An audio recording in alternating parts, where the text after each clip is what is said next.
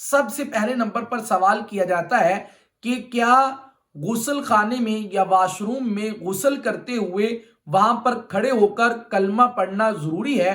تو یہ بات توجہ کے ساتھ ذہن نشین فرما لیجیے کہ بہت سارے لوگوں کی یہ غلط فہمی ہے کہ جب تک کلمہ نہیں پڑھیں گی تب تک جو ہے وہ ناپاکی سے پاکی حاصل نہیں ہو سکتی. تو یہ بات بالکل بے بنیاد ہے. آپ کو ناپاکی سے پاکی حاصل کرنے کے لیے کوئی کلمہ پڑھنے کی ضرورت نہیں ہے، بلکہ غسل کے 3 فرائض کو پورا کرنا ضروری ہے. نمبر 1 پر کہ آپ کولی کریں، اس طرح کہ حلق تک پانی پہنچائیں. آپ ناک میں پانی ڈالیں، اس طرح کہ ناک کی نرم ہڈی تک پانی پہنچائیں. آپ پورے جسم پر اس طرح پانی بہائیں کہ آپ کے ایک بال برابر بھی جسم پر جگہ خشک نہ رہے.